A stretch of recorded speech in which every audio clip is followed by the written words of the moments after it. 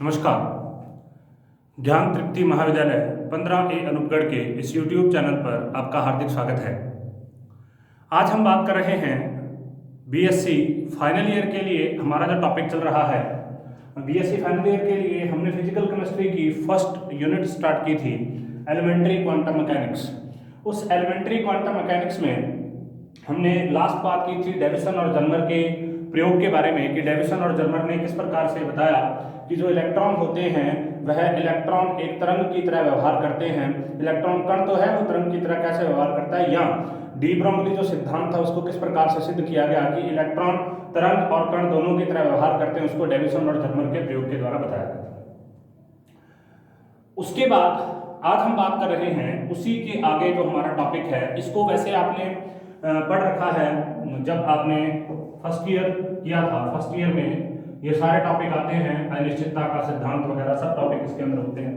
First year के अंदर जितने भी हमने टॉपिक किए थे, अनिश्चितता का सिद्धांत। आज जो हमारा टॉपिक है वो है बीएससी फाइनल ईयर के लिए। हम पढ़ रहे हैं बीएससी थर्ड ईयर के लिए।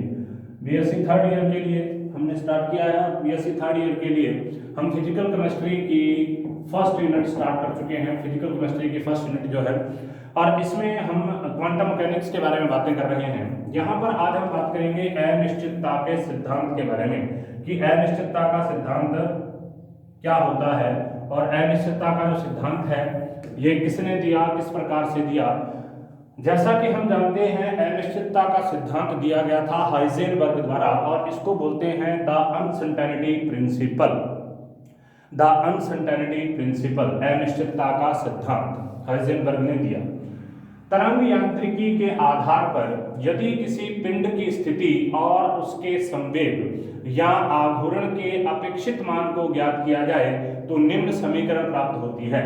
मतलब वेव मैकेनिक्स के आधार पर हम अगर किसी पिंड के बारे में बात करें, उसकी स्थिति के बारे में बात करें और उसके संवेग के या उसके आघूर्ण के बारे में बात करें, तो उससे जो समीकरण प्राप्त होगी वो ये होगी del P x dot del X. Del P X यहाँ पर क्या है, पी का मतलब होता है संवेग, संवेग होता है वेग और द्रव्यमान का गुणनफल m इंटू वी। x यहाँ पर क्या है, स्थिति में अनिश्चितता है, तो डेल्टा पी एक्स बराबर यहाँ पर होगा x अक्ष में पिंड या कण के संवेग की अनिश्चितता, और डेल्टा x यहाँ पर होगा x अक्ष में पिंड या कण के स्थिति की अनिश्चितता। तो इसका मतलब delta p x dot delta x बराबर होता है h/4 pi root 1 plus n square pi square minus 3 square upon 3, n square pi square minus 3 square upon 3। चूंकि n के किसी मान के लिए मूल रेडिकल का मान 1 से अधिक ही होगा, अतः समीकरण को हम इस प्रकार से लिख सकते हैं कि ये जो है ये इसका मान 1 से सारा अधिक होगा, तो हम ये लिख सकते हैं delta p dot delta x, मतलब इन दोनों का गुणनफल या तो बराबर होगा या ज्यादा होगा h/4 पाई के, या तो बराबर होगा या ज्यादा होगा h/4 पाई के।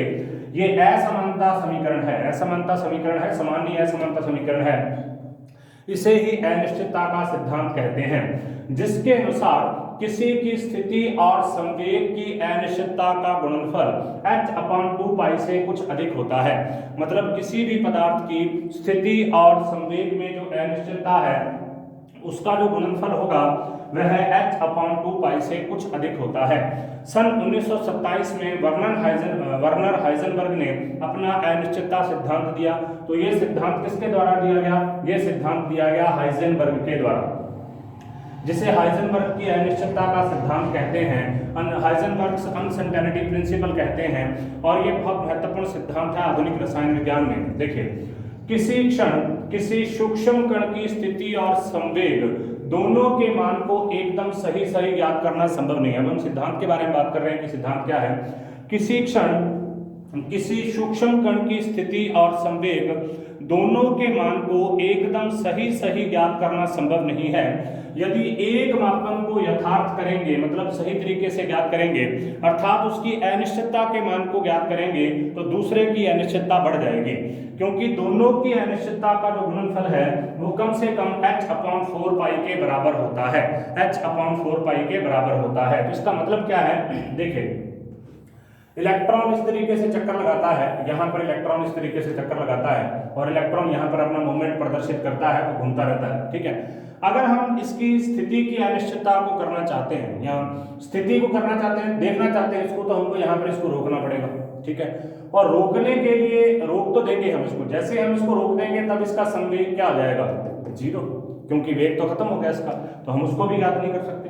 दूसरी बात, जब हमने इसको रोक दिया और इसके ऊपर जब हम इसको देखेंगे तो हमें कोई तीव्र प्रकाश डालना पड़ेगा, क्योंकि जो इलेक्ट्रॉन होता है वो आप जानते हैं अति सूक्ष्म प्रकार का कण होता है, बहुत छोटा कण है, बहुत छोटा कण है। अगर इलेक्ट्रॉन अति सूक्ष्म प्रकार का कण है तो इसको देखने के लिए इस पर हमें बहुत ज्यादा प्रकाश डालना पड़ेगा, और जब हम इसके ऊपर बहुत ज्यादा प्रकाश डालेंगे तो प्रकाश से इसको ऊर्जा मिलेगी और ये इलेक्ट्रॉन यहाँ पर मूवमेंट करना स्टार्ट कर देगा। ठीक है, इसको हाइजेनबर्ग की अनिश्चितता का सिद्धांत कहते हैं। किसी क्षण किसी सूक्ष्म कण की स्थिति और संवेग दोनों के मान को एकदम सही ज्ञात करना संभव नहीं है। यदि हम एक मान को सही तरीके से ज्ञात करेंगे, अर्थात उसकी अनिश्चितता को कम करेंगे, तो दूसरे की अनिश्चितता का मान बढ़ जाएगा, क्योंकि दोनों की अनिश्चितता का गुणनफल कम से कम h/4π के बराबर होता है। समीकरण 47 में जैसा कि लिखा हुआ है यहाँ पर, इस समीकरण के अंदर, समीकरण 47 ये वाली है, इसके अंदर जैसा कि लिखा हुआ है ये इसके बराबर होता है। ठीक है, उसके बाद नेक्स्ट देखिए उदाहरण, इसमें हम बात कर रहे हैं 1.3 की। 10⁻⁻6 ग्राम का एक कण जो 1 सेंटीमीटर प्रति सेकंड के वेग से गतिशील है। 10⁻⁻6 ग्राम का एक कण जो 1 सेंटीमीटर प्रति सेकंड के वेग से गतिशील है, यदि इसकी गति 0.01% अनिश्चित है तो कण की स्थिति में अनिश्चितता की गणना कीजिए। 10⁻6 ग्राम का एक कण जो 1 सेंटीमीटर प्रति सेकंड, इसका वेग क्या है, 1 सेंटीमीटर प्रति सेकंड है, इसके वेग से गति में है। यदि इसकी गति 0.01% अनिश्चित है, गति की अनिश्चितता इसने दे रखी है, तो कण की स्थिति की अनिश्चितता को ज्ञात कीजिए। उसके लिए हमारे पास ये फॉर्मूला है, किसी गतिशील कण के लिए उसकी गति और स्थिति की अनिश्चितता का गुणनफल कम से कम h/4π के बराबर होगा। किसी गतिशील कण के लिए उसकी गति एवं स्थिति की अनिश्चितता का गुणनफल कम से कम h/4π के बराबर होगा, अर्थात delta x into delta px, delta x into delta px बराबर क्या होगा, h/4π, मतलब लगभग h के बराबर होगा।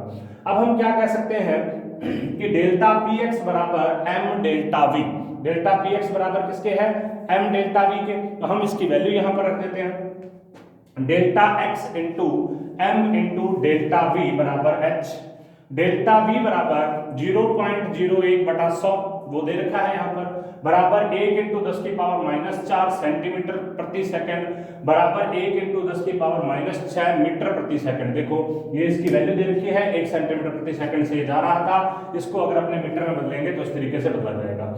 इसका जो द्रव्यमान दे रखा है वो दे रखा है 10⁻⁻6 ग्राम, ये रहा। इसको जब किलोग्राम में बदलेंगे तो 10⁻⁹ किलोग्राम हो जाएगा। h की वैल्यू क्या होती है, 6.6 इंटू 10⁻34 जूल सेकंड, तो 6.6 into 10⁻34 kilogram metre square second inverse, 6.6 into 10⁻34 kilogram metre square second inverse. तो डेल्टा x बराबर 6.6 into 10⁻34 kilogram metre square second inverse बटा 10⁻9 किलोग्राम इंटू 10⁻6 मीटर प्रति सेकंड। ठीक है, तो अब इसको काटेंगे तो इसकी वैल्यू आएगी 6.6 इंटू 10⁻19 मीटर बराबर है 6.6 इंटू 10⁻17 सेंटीमीटर। ठीक है, 6.6 इंटू 10⁻19 मीटर। और अब ये इसकी स्थिति की अनिश्चितता हमको ज्ञात करनी है, तो वो किसके साथ में आ जाएगी, सेंटीमीटर। इतनी स्थिति की अनिश्चितता इसमें पाई जाएगी, क्योंकि ये कण हमें ग्राम में दे रखा है, ये भी हमें सेंटीमीटर में दे रखा है, तो हमने इसको सेंटीमीटर में चेंज कर दिया। जब हम मीटर से सेंटीमीटर में चेंज करते हैं तो 2 घटाते हैं, जब हम सेंटीमीटर से मीटर में चेंज करते हैं तो 2 बढ़ाते हैं। ठीक है, नेक्स्ट देखिए। नेक्स्ट अब हम बात करते हैं कि किस तरीके से इसमें स्थिति की अनिश्चितता पाई जाती है और अनिश्चितता सिद्धांत का व्युत्पन्न किस प्रकार से होता है। इसी चीज के बारे में मैं पहले आपको बता रहा था, अभी हम उसी को ही आगे देखेंगे। किसी कण की स्थिति और आघूर्ण दोनों के मान को एक साथ व एकदम सही ज्ञात करना संभव नहीं है। यदि एक के मापन को यथार्थ करेंगे, मतलब एक के मापन को सही तरीके से ज्ञात करेंगे, तो दूसरे की अनिश्चितता बढ़ जाएगी। और इसे स्पष्ट करने के लिए हम एक यहाँ पर प्रयोग कर रहे हैं। ठीक है, माना एक माइक्रोस्कोप की सहायता से हम किसी कण की स्थिति का यथार्थ मापन करने का प्रयास करते हैं। हम एक माइक्रोस्कोप लेते हैं और उस माइक्रोस्कोप की सहायता से कोई भी हमारे पास कण हो उसकी स्थिति का बिल्कुल सही मापन करने का प्रयास करते हैं। ठीक है, माइक्रोस्कोप की विभेदन क्षमता को, मतलब माइक्रोस्कोप की जो देखने की क्षमता है, डिफरेंशिएटिंग जो पावर है, विभेदन क्षमता को हम उस प्रकाश के तरंगदैर्ध्य के अनुसार सीमित करेंगे जिससे कण को प्रदीप्त किया जाए। माइक्रोस्कोप की जो विभेदन क्षमता है उसको उस तरीके से सेट कर देंगे जिससे कि जो कण है उसको इल्यूमिनेट किया जाए, मतलब उसको देखा जा सके। देखिए ऐसे प्रकाश की, अब उसके ऊपर प्रकाश हम इस तरीके से डालेंगे, ठीक है, इस तरीके से हम उसके ऊपर प्रकाश डालेंगे जिससे कि हम उसको देख सकें। और ऐसे प्रकाश की वेवलेंथ तो होगी कम, आवृत्ति हो जाएगी ज्यादा, और जितनी आवृत्ति ज्यादा होगी उतना ही उसकी सही स्थिति को ज्ञात किया जा सकता है। यदि हम उस कण की एकदम सही स्थिति को ज्ञात करना चाहें तो हमें बहुत ज्यादा आवृत्ति वाले प्रकाश का इस्तेमाल करना होगा। उदाहरण के लिए गामा किरण, कण को देखने के लिए हमें गामा किरणों को कण से माइक्रोस्कोप के अभिदर्शक मतलब ऑब्जेक्टिव की ओर प्रकीर्णित करना पड़ेगा। चूंकि गामा किरणें अत्यंत उच्च आवृत्ति वाली होती हैं, अतः इनका आघूर्ण भी उच्च होता है। अतः यदि वे कण के साथ में टकराएंगी तो अपना कुछ मोमेंटम उसको दे देंगी, मतलब जो उसका आघूर्ण है वो उसको दे देंगी, और वे कण को दे देंगी और उसी तरह से कण क्या हो जाएगा, अन्य दिशा में निकल जाएगा। तो वही बात है, हमने बहुत तेज प्रकाश को किसी इलेक्ट्रॉन के ऊपर डाला तो इलेक्ट्रॉन के ऊपर डालने से वो इलेक्ट्रॉन उस प्रकाश को ग्रहण करेगा और वहां से अन्य दिशा में निकल जाएगा। और इस प्रकार जिस कण की स्थिति का हम पता लगाने की कोशिश कर रहे हैं वो कण तो वहां पर रहेगा ही नहीं जहां पर हम उसकी स्थिति को देखना चाहते हैं, जिससे उसकी स्थिति की अनिश्चितता बढ़ जाएगी। लेकिन कॉम्पटन प्रभाव यह कहता है कि समस्या यथार्थ में केवल ऐसे कणों के लिए है जो सहती में इलेक्ट्रॉन अथवा व्यक्तिगत परमाणु कोटि के, मतलब बहुत छोटे छोटे परमाणु अगर हों उनके लिए यह सिद्धांत लागू होता है। इसके अलावा बड़े परमाणुओं पर यह सिद्धांत लागू नहीं होता, क्योंकि बड़े परमाणुओं के लिए इतना द्रव्यमान होता है कि वो थोड़े से प्रकाश से या बहुत अधिक प्रकाश डालने पर भी वहां से अपनी स्थिति को नहीं बदलते। तो उनके लिए देखो, छोटे परमाणुओं के लिए हाइजेनबर्ग का, या छोटे जो पदार्थ होते हैं उनके लिए हाइजेनबर्ग की अनिश्चितता का सिद्धांत काम करता है, जबकि जब हम बड़े पदार्थों के बारे में बात करते हैं तो उनके लिए हाइजेनबर्ग की अनिश्चितता का सिद्धांत काम नहीं करता। उनके लिए हाइजेनबर्ग की अनिश्चितता का सिद्धांत काम नहीं करता, क्योंकि हाइजेनबर्ग की अनिश्चितता का जो सिद्धांत है वो छोटे कणों पर काम करता है। इसलिए हम ये कह सकते हैं कि जो छोटे कण हैं उन पे तो ये लागू होगा, और बड़े कणों के लिए हम उसकी स्थिति को भी देख सकते हैं, हम उसके संवेग को भी देख सकते हैं। इस वजह से हम उसको अनिश्चितता का सिद्धांत उस पर लागू नहीं कर सकते। नेक्स्ट है अनिश्चितता सिद्धांत का व्युत्पन्न करना, डेरिवेशन ऑफ अनसर्टेनिटी प्रिंसिपल। गणितीय रूप से अनिश्चितता के सिद्धांत को निम्न प्रकार से व्यक्त किया जा सकता है। माना कि एक इलेक्ट्रॉन की स्थिति O को एक ऐसे एक्स किरण सूक्ष्मदर्शी द्वारा प्रेषित किया जाता है जिसकी घूर्णन शक्ति को निम्न सूत्र द्वारा दर्शाया जा सकता है। तो डेल्टा एक्स बराबर lambda dash upon 2 sine alpha, delta x बराबर lambda dash upon 2 sine alpha. यहाँ डेल्टा एक्स इलेक्ट्रॉन की स्थिति ज्ञात करने में अनिश्चितता है तथा कोण अल्फा पर सूक्ष्मदर्शी में प्रवेश करने वाले फोटोन की तरंगदैर्ध्य कितनी है, लैम्डा। अब माना कि जो तरंगदैर्ध्य लैम्डा h अपॉन लैम्डा गुण वाले फोटोन से यह इलेक्ट्रॉन टकराता है और ये फोटोन विवर्तित होकर OX या OY दिशा से सूक्ष्मदर्शी में प्रवेश करेगा। अब देखिए, यहां से आया, मतलब यहां से इसके साथ में टकराता है। अब यहां से इसके ऊपर प्रकाश डाला तो यहाँ तो ये इस तरीके से निकल जाएगा और यहाँ ये इस तरीके से निकल जाएगा। मतलब सूक्ष्मदर्शी के अंदर या तो हमें ऐसे दिखाई दे देगा या हमें ऐसे दिखाई दे देगा, OY के रूप में भी, OX के रूप में भी। अगर OY है तब भी h लैम्डा डैश, और अगर OX है OY है तब भी h lambda dash, h upon lambda dash, और अगर OX है तब भी h अपॉन लैम्डा डैश होता है। इनके बीच का जो कोण होता है इसको हम बोलते हैं अल्फा कोण, ठीक है। अब देखिए, इससे फोटोन विवर्तित होकर OX या OY से सूक्ष्मदर्शी में प्रवेश करेगा। यदि विवर्तित फोटोन की वेवलेंथ लैम्डा डैश जिसका आघूर्ण h लैम्डा डैश हो तो इसके लिए निम्न समीकरण दी जा सकती है। यदि फोटोन OX दिशा में विवर्तित हो तो उसका मोमेंटम क्या होगा, h upon lambda plus h upon lambda dash sine alpha. अगर वो OX दिशा में है तो देखो h अपॉन लैम्डा तो ये हो गया, ये h अपॉन लैम्डा है, ये h अपॉन लैम्डा इसका प्लस हो गया और साइन अल्फा आ जाएगा। अब उसके अलावा जब क्योंकि ये तो प्लस की तरफ जा रहा है और इधर वाला माइनस की तरफ जा रहा है तो ये माइनस हो जाएगा, ये प्लस हो जाएगा।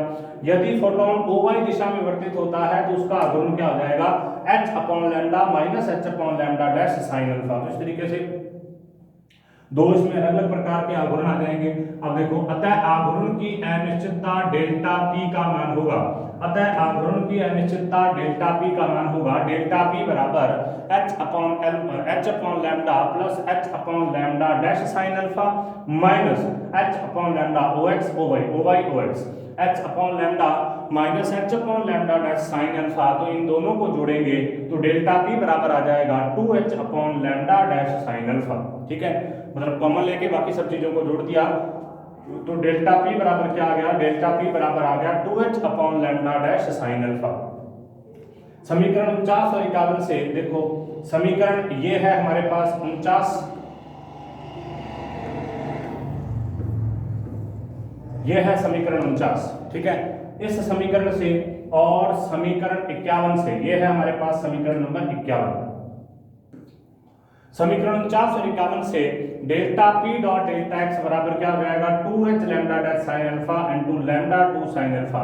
तो अब ये सारे कट जाएंगे और किसके बराबर आ जाएगा, delta P into delta x बराबर हो जाएगा h। ठीक है, तो किसी भी वास्तविक आकलन के लिए इसके संभावित मान h से थोड़े से ज्यादा होते हैं, तो इसका मतलब है h के बराबर हो जाएंगे, ज्यादा हो जाएंगे। यथार्थ में केवल ऐसे कणों के लिए जो सहमति में इलेक्ट्रॉन या व्यक्तिगत परमाणुओं की कोटि के हों उन पर इसको लागू किया जा सकता है। क्रिकेट, गोल्फ की बॉल या और भी बड़े हों तो उनके लिए इसको लागू नहीं किया जा सकता। मतलब जैसे जैसे एक चीज बढ़ती जाएगी दूसरी घटती जाएगी, द्रव्यमान बढ़ता जा रहा है तो उसका दोनों चीजों को हम इकट्ठा ज्ञात कर सकते हैं। ठीक है, उसके बाद देखिए भाई अगला इसका एग्जाम्पल हम करते हैं। इलेक्ट्रॉन के वेग में अनिश्चितता डेल्टा V का परिकलन कीजिए यदि उसकी स्थिति में अनिश्चितता डेल्टा x का मान 100 पिकोमीटर है। इलेक्ट्रॉन के वेग में अनिश्चितता डेल्टा V का परिकलन कीजिए यदि उसकी स्थिति में अनिश्चितता डेल्टा x का मान 100 पिकोमीटर है। पिकोमीटर का अर्थ होता है 10 की पावर माइनस 12 मीटर। हाइजेनबर्ग के अनिश्चितता के सिद्धांत के अनुसार delta x dot delta P बराबर होता है h अपॉन 4 पाई के। हाइजेनबर्ग के अनिश्चितता सिद्धांत के अनुसार delta x dot delta P बराबर होता है h अपॉन 4 पाई के। किसी कण का संवेग होता है p, m उसकी सहती है और v उसका वेग है, तो डेल्टा P बराबर m डेल्टा V या delta x dot m delta V बराबर h अपॉन 4 पाई के। तो डेल्टा V बराबर क्या हो जाएगा, h अपॉन 4 पाई m delta x। Delta V बराबर हो जाएगा h अपॉन 4 पाई m डेल्टा x। तो डेल्टा x बराबर किसके हो जाएगा, 100 पिकोमीटर दे रखा है। डेल्टा x हमें 100 पिकोमीटर दे रखा है और वेग में अनिश्चितता को हमें ज्ञात करना है। इसको मीटर में बदलेंगे तो 10 की माइनस 10 आ जाएगा मीटर, और h बराबर 6.6 इंटू 10 की power minus 34 kilogram metre square second inverse. Pi का मान होता है 22/7, इसको 3.14 से लिखते हैं। इलेक्ट्रॉन की सहती का मान फिक्स होता है 9.1 इंटू 10 की पावर माइनस 31 किलोग्राम। सारे समीकरण इसके अंदर रख देंगे तो डेल्टा V बराबर आ जाएगा 5.7 इंटू 10 की पावर 5 मीटर प्रति सेकंड। 5.7 इंटू 10 की पावर 5 मीटर प्रति सेकंड। उसके बाद नेक्स्ट उदाहरण नंबर 15, 0.15 किलोग्राम सहती वाली एक क्रिकेट की गेंद के वेग की अनिश्चितता। 0.15 किलोग्राम सहती वाली एक क्रिकेट की गेंद के वेग की अनिश्चितता डेल्टा V का परिकलन कीजिए यदि इसकी स्थिति की अनिश्चितता अर्थात डेल्टा x का मान 100 पिकोमीटर मतलब 1 एंगस्ट्रॉम के क्रम का हो। मतलब इसकी स्थिति की अनिश्चितता हमें दे रखी है और इसको हमें ज्ञात करना है। उपयुक्त उदाहरण 14 का अनुसरण करते हुए हम डेल्टा V का मान उपयुक्त समीकरण में रखेंगे, यहाँ पर हम रख देंगे और इससे हम इसको ज्ञात कर लेंगे। अब देखो उपयुक्त दोनों उदाहरणों में हम देखते हैं कि स्थिति की अनिश्चितता समान होते हुए भी इनके वेग की अनिश्चितता में अत्यधिक अंतर है। देखो यहाँ पर भी 100 पिकोमीटर थी स्थिति की अनिश्चितता, यहाँ पर भी 100 पिकोमीटर थी स्थिति की अनिश्चितता, लेकिन इसके अंदर दोनों में अंतर है क्योंकि इनको जैसे जैसे हम किलोग्राम में बढ़ाते जाएंगे। ऊपर वाले में देखिए, ऊपर वाले में जो सहती थी उसका मान अलग था, इलेक्ट्रॉन के लिए सहती का मान बहुत कम होता है, इलेक्ट्रॉन के लिए द्रव्यमान का मान बहुत कम होता है, जबकि यहाँ पर हमारे पास ये 0.15 किलोग्राम है, मतलब 150 ग्राम के आसपास है। तो इलेक्ट्रॉन की तुलना में इसका वजन बहुत बहुत बहुत ज्यादा है। तो इतना ज्यादा होने के कारण इसकी वेग में अनिश्चितता बहुत बहुत बहुत कम हो जाएगी, जबकि इसकी वेग में अनिश्चितता बहुत बहुत ज्यादा है। ठीक है, इसकी और इसकी तुलना करें तो इसकी वेग में अनिश्चितता बहुत कम है, इसकी वेग में अनिश्चितता बहुत ज्यादा है। इसका कारण यह है कि इसका जो मान था, इसके लिए तो द्रव्यमान था 9.1 × 10⁻31 किलोग्राम, मतलब बहुत बहुत बहुत बहुत कम, जीरो के बाद बहुत सारे जीरो और उसके बाद पॉइंट के बाद बहुत सारे जीरो और उसके बाद में इसका कुछ मान आएगा।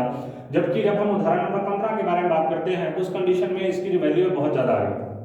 फिर दोनों उदाहरणों में हम देखते हैं कि स्थिति की अनिश्चितता समान होते हुए भी इनके वेग की अनिश्चितता के मान में अत्यधिक अंतर है। क्रिकेट की गेंद जैसे पर्याप्त सहती वाले पिंड के वेग की अनिश्चितता का मान अत्यंत कम है, 10⁻24 के क्रम का, जिसे आसानी से उपेक्षित किया जा सकता है। अतः बड़े पिंडों के लिए एक ही समय में उसकी स्थिति तथा संवेग ये बहुत कम राशि है, जिसको हम छोड़ सकते हैं। तो इसीलिए बड़े पिंडों के लिए दोनों को एक साथ ज्ञात किया जा सकता है, जबकि छोटे पिंडों के लिए इन दोनों को एक साथ ज्ञात नहीं किया जा सकता। छोटे पिंडों के लिए इन दोनों को एक साथ ज्ञात नहीं किया जा सकता। ठीक है, उसके बाद हम बात करते हैं चिर सम्मत तरंग समीकरण के बारे में। इसमें आपको कुछ ज्यादा करने की जरूरत नहीं है, केवल आपको समीकरण पता होनी चाहिए कि सिनसोडियल और जो क्लासिकल वेव इक्वेशन है वो होती क्या है। ठीक है, क्लासिकल या सिनसोडियल वेव इक्वेशन क्या होती है, थोड़ा बहुत इसमें देख लीजिए आप। ये एक समीकरण है, del square d upon del x square plus del square d upon del y square plus del square d upon del z square equal to 1 upon v square upon del square d upon del t square. ठीक है, यहाँ पर x Y और Z तीनों निर्देशांक हैं, T यहाँ पर समय है, वी यहाँ पर संचरण का वेग है, डी यहाँ पर तरंग का विस्थापन है। यदि v का मान समय पर आधारित ना हो तब विस्थापन केवल निर्देशांकों के फलन अर्थात साई एक्स वाई जेड तथा समय के आवर्ती फलन अर्थात exponential iota 2 pi v t के गुणनफल के बराबर होगा। v तरंग की आवृत्ति है तो आयोटा बराबर √-1 होता है, अर्थात d बराबर psi x y z iota XYZ exponential iota 2 pi v t के बराबर होगा। तो ये समीकरण है, केवल समीकरण केवल आपको याद होनी चाहिए, बाकी कुछ खास इसके अंदर है नहीं। ठीक है, अब ये देखिए, यही समीकरण है, ये समीकरण बस। एक तो ये समीकरण है, ये चिर सम्मत तरंग समीकरण है, और एक ये चिर सम्मत तरंग समीकरण है। मतलब आपको ये दो समीकरण पता होने चाहिए, इसके अलावा कुछ नहीं। ठीक है, इसके अलावा आपको यहाँ पर कुछ करने की जरूरत नहीं है। यहाँ पर दो समीकरण आपको पता होनी चाहिए, एक तो समीकरण ये, ठीक है, ये वाली समीकरण, ये वाली समीकरण, और उसके अलावा जो दूसरी समीकरण है वो आपको यही पता होनी चाहिए। वो कौन सी है, वो है ये वाली समीकरण, ये वाली समीकरण। ये दोनों समीकरणें आपको पता होनी चाहिए बस। इसके अलावा इसके अंदर आपको कुछ नहीं करना है, दो समीकरणें केवल आपको पता होनी चाहिए।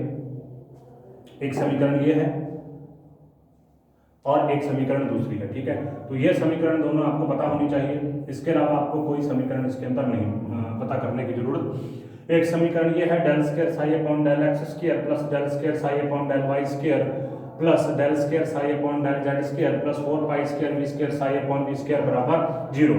दूसरी समीकरण है del square psi upon d x square plus del square psi upon d y square plus del square psi upon d z square plus 4 pi square Sai lambda square upon v. क्योंकि क्या होता है, v अपॉन न्यू बराबर किसके होता है, lambda के, उसका मान रख दिया हमने। इसके अलावा यहाँ पर कुछ नहीं है। उसके बाद है ऑपरेटर्स, हैमिल्टोनियन ऑपरेटर के बारे में बात करेंगे। हैमिल्टोनियन ऑपरेटर और कुछ 2-4 और ऑपरेटर्स के बारे में हम बात करेंगे। वो कौन कौन से हैं उनके बारे में हम यहाँ पर बात करते हैं। देखिए, संकारक क्या होता है या ऑपरेटर होता क्या है। ऑपरेटर एक इस प्रकार का बीजगणितीय पद होता है, इस प्रकार की एक टर्म होती है ऑपरेटर, जो एक फलन को दूसरे फलन में परिवर्तित करता है। इसको समझ सकते हैं आपने, जैसे प्लस एक ऑपरेटर है, माइनस एक ऑपरेटर है, इनटू एक ऑपरेटर है, अंडर रूट एक ऑपरेटर है। अलग अलग प्रकार के ऑपरेटर होते हैं। जैसे 2 + 2 करेंगे तो 4 आएगा, 2 + 3 करेंगे तो 5 आएगा, लेकिन 2 × 3 करेंगे तो 6 आएगा।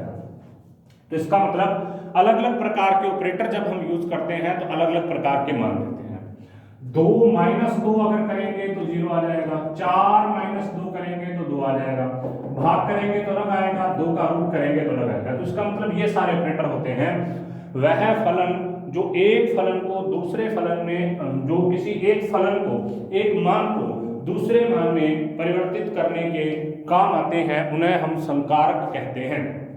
संकारक का स्वयं में कोई भौतिक अर्थ नहीं है, मतलब इस निशान का कोई अर्थ नहीं है, क्या है, लेकिन जब ये ऐसे लग गया तब इसका मतलब हो गया कि n2 का निशान है, ठीक है। इस निशान का कोई अर्थ नहीं है कि ये क्या है, लेकिन जब ये किसी संख्या के ऊपर लग गया तो इसका मतलब ये क्या है, अंडर रूट का जो है निशान होता है।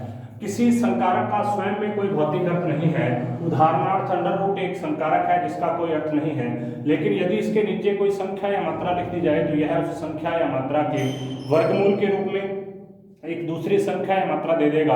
अर्थात ऑपरेटर का, संकारक का कोई अर्थ नहीं है, लेकिन रूट 16 जो 4 के बराबर होता है, रूट एक्स स्क्वायर जो x के बराबर होता है, यह संकारक है। इसी प्रकार से d/dx भी एक संकारक होता है जिसका अकेले कोई अर्थ नहीं है, लेकिन जब हम किसी के साथ उसको जोड़ते हैं तो उसको प्रथम व्युत्पन्न के अंदर बदल देता है। अब d/dx का कोई अर्थ नहीं है, लेकिन d/dx sin x का अर्थ है, क्योंकि ये किसके अंदर बदल जाएगा, cos x के अंदर। एक संकारक जिस फलन पर कार्य करता है, एक संकारक जिसके ऊपर काम करता है, उसको संकार्य या ऑपरेंड कहते हैं। उदाहरणार्थ व्यंजक d/dx fx में फलन fx संकार्य या ऑपरेंड है और d/dx संकारक है। यदि fx बराबर x स्क्वायर हो तो d/dx fx d/dx x square बराबर 2x। व्यंजक x डॉट fx में x एक ऑपरेटर है जो बताता है कि fx को x से गुणा करना है। किसी तंत्र के प्रत्येक भौतिक गुण का एक गणितीय या क्वांटम यांत्रिकी संकारक होता है। कोई भी तंत्र है, उसका कोई भी भौतिक गुण है, उसका एक गणितीय या क्वांटम यांत्रिकी संकारक होता है। किसी तंत्र के कण की स्थिति x, उसके संवेग p, गतिज ऊर्जा t, स्थितिज ऊर्जा v, कुल ऊर्जा E आदि भौतिक रूप से ज्ञात करने योग्य मात्राएं हैं। इन मात्राओं के क्वांटम यांत्रिकीय संकारकों को निम्न सारणी में दर्शाया गया है। सबसे पहले स्थिति x, तो इसका ऑपरेटर x कैप, क्वांटम यांत्रिकीय संकारक, r का r कैप, संवेग x का अवयव px किसके बराबर होगा, h/2 pi iota del upon del x equal to iota h cross del upon del x। संवेग p बराबर minus iota h/2 pi del बराबर minus iota h cross del। गतिज ऊर्जा का minus h square upon 8 pi square m del square equal to minus h cross square upon 2m del square.